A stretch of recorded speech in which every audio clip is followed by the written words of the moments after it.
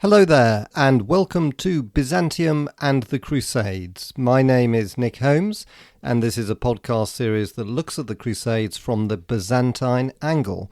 At the moment, we're looking at the run-up to the Battle of Manzikert in 1071, which was, I think, a real game-changer because it weakened Byzantium so much that it was forced to turn to the west for help, and that help became known in later centuries as the First Crusade.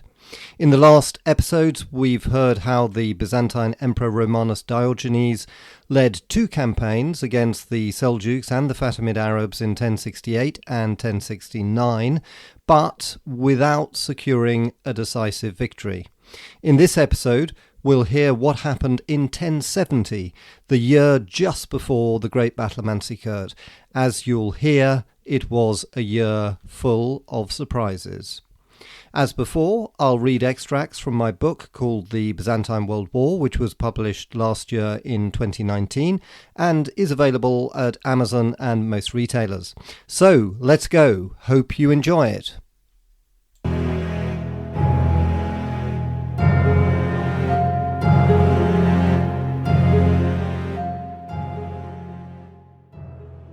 The year 1070 was the only one in Romanos's reign when he did not lead his army into battle.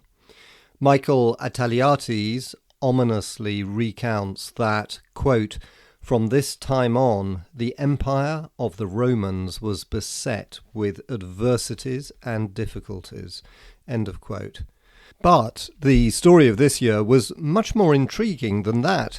It was not only the prelude to the Great Byzantine Offensive in 1071 that would culminate in the pivotal Battle of Manzikert, but it was also a year that would contain plenty of bizarre twists and surprises. Although detailed source material for this year is severely lacking, we can conjecture that there were probably several reasons behind Romanos's decision to stay in Constantinople. One of them was almost certainly a political crisis, stemming from his failure to prevent the sacking of Iconium and Armorium. Relations with the Ducai seem to have reached breaking point.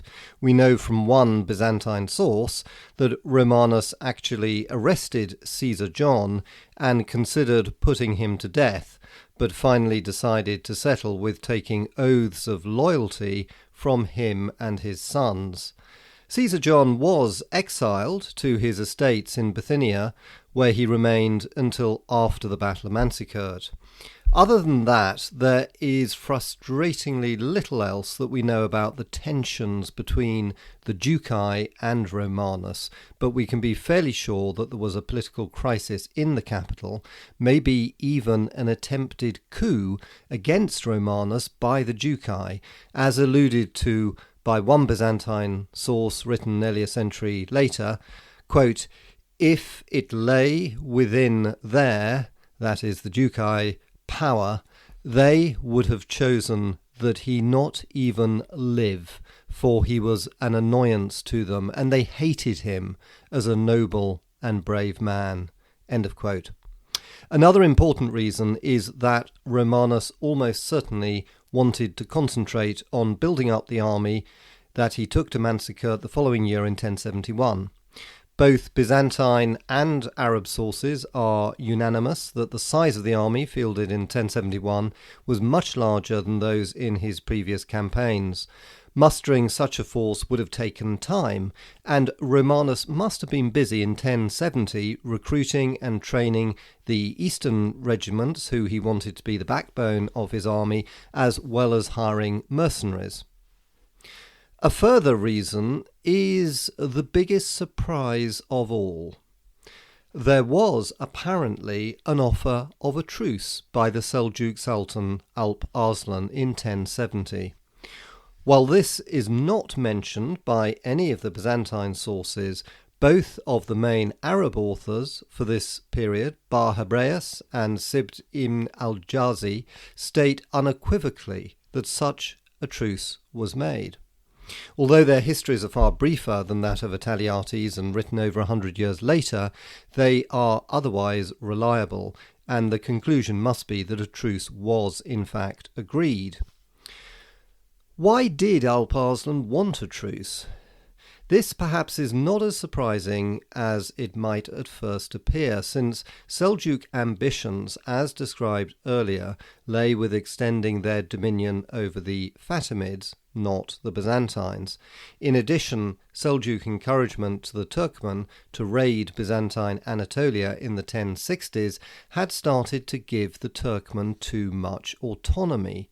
Therefore, in 1070, a truce with the Byzantines actually satisfied a number of Seljuk aims. Firstly, it prevented a Byzantine attack. Secondly, it gave them more authority directly over the Turkmen. And thirdly, it allowed Alp Arslan to concentrate on his war against the Fatimids in Syria.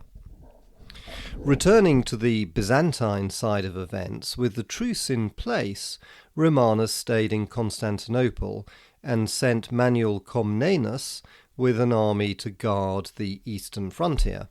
His choice of a member of the Comneni was politically significant, since they were the main rivals to the Ducai, and by giving them such a senior position, he hoped to keep the Ducai in check. Since there was a truce with the Sultan, Manuel was under instructions just to monitor the eastern frontier. But the reality was that rogue Turkmen warbands were happily ignoring the truce and raiding Byzantine territory.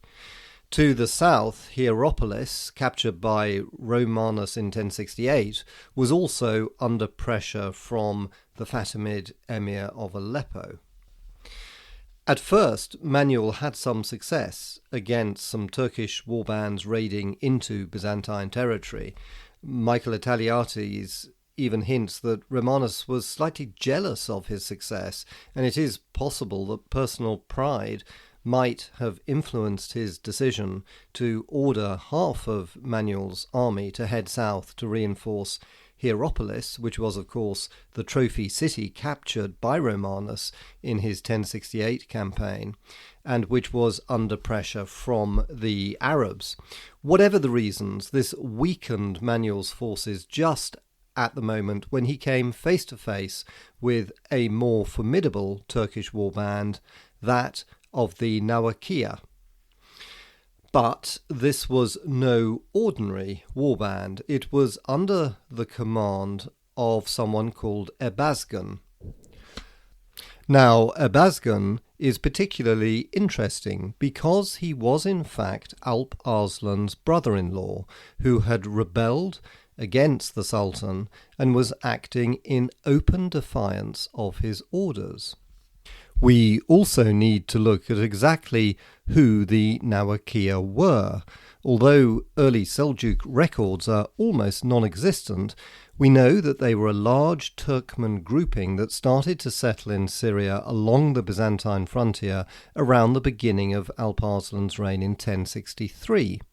After fighting as mercenaries for the Fatimid emirs, such as the Emir of Aleppo, and it is indeed quite likely that they fought against Romanus in his first campaign in Syria in 1068, they had subsequently decided to invade Byzantine territory in 1070 on their own initiative.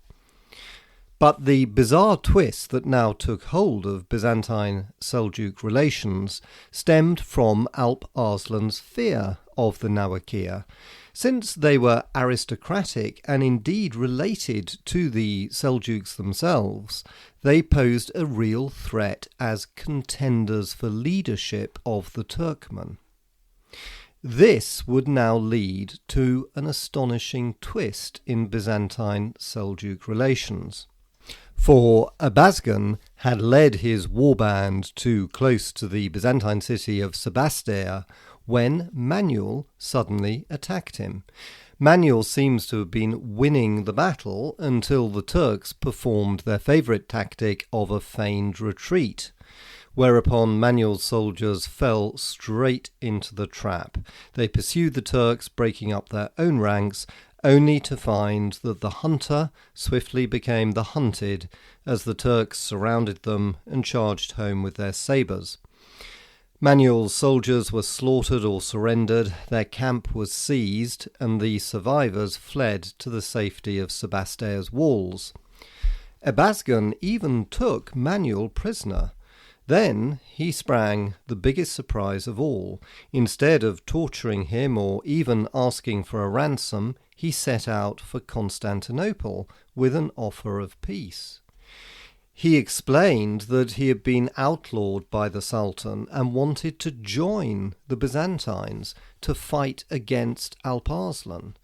This extraordinary turnaround was actually welcomed by Romanos, who met him with Manuel in tow and honoured him with the Byzantine rank of Pridros, to the surprise of Ataliates, who described the Turkish leader in scathing terms as, quote, almost a pygmy in height, and his face was that of a Scythian, which is the Byzantine generic term for all the Asiatic nomads, and ugly because this people are of Scythian ancestry and have inherited their depravity and deformity, end of quote.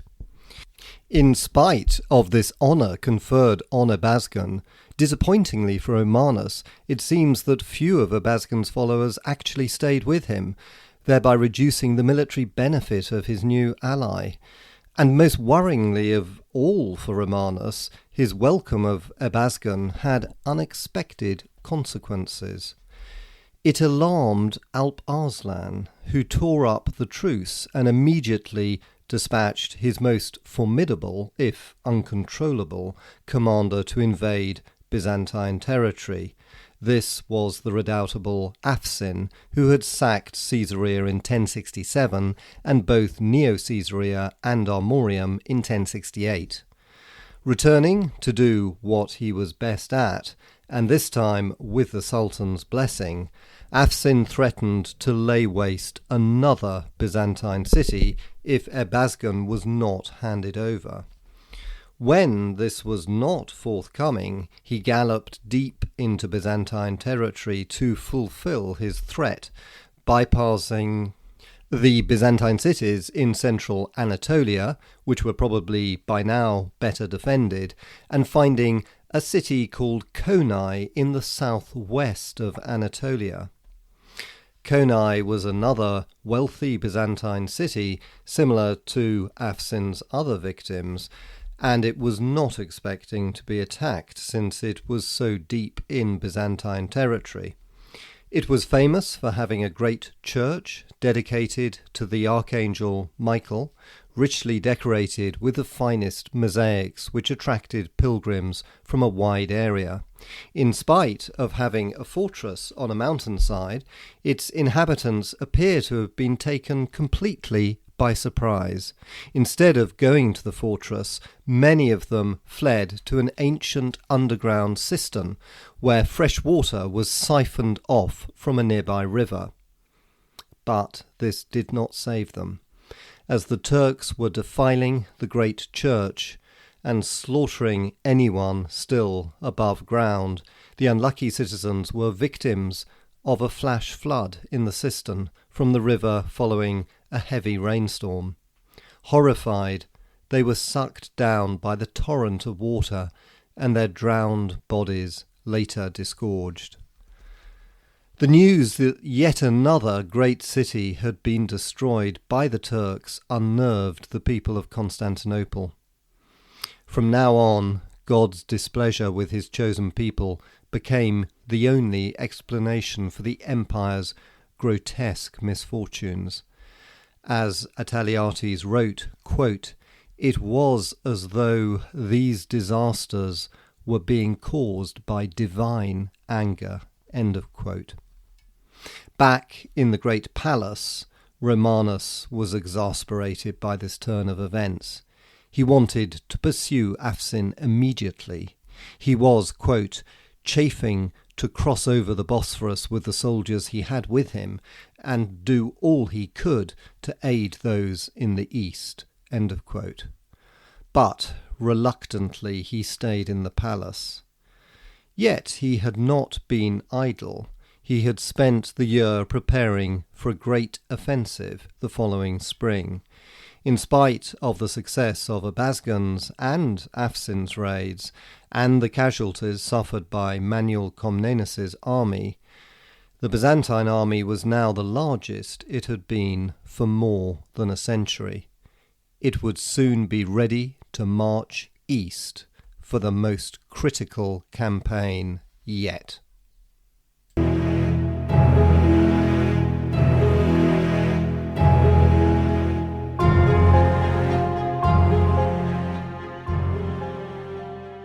And that ends this episode. Hope you enjoyed it. If you did, it would be amazing to leave a rating. Thank you so much. In the next episode, we'll get to the final countdown to the Battle of Manzikert.